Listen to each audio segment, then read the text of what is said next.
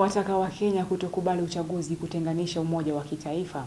Rais aliyezungumza katika ikulu ya Nairobi alipokutana na viongozi kutoka kaunti ya Bungoma aliwasihi Wakenya wasikubali kugawanywa na viongozi wa kisiasa kwa misingi ya ukabila. Victor Kayanda anaarifu.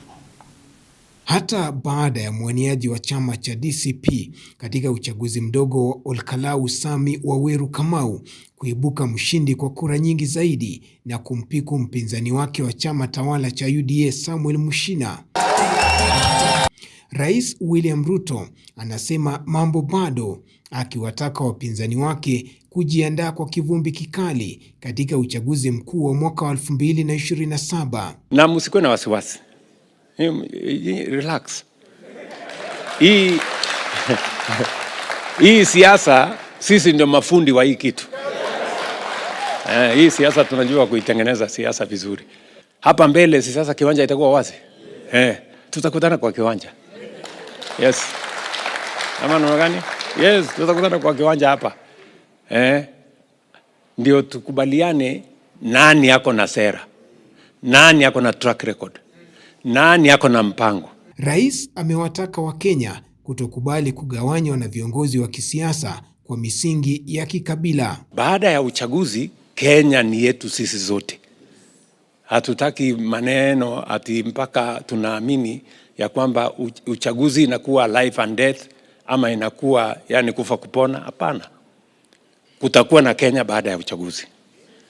Wananchi wakishaamua, sisi wote tunatembea pamoja, kwa sababu tunataka, lengo letu kama viongozi ni kuhakikisha ya kwamba maendeleo inapatikana, Kenya inabadilika, maisha ya wananchi inabadilika na taifa letu linasonga mbele. Amewatahadharisha viongozi wa kisiasa akiwemo mbunge mpya aliyechaguliwa Olkalau kuwa watapimwa kutokana na rekodi yao ya maendeleo. Na ndio mimi nauliza viongozi wote,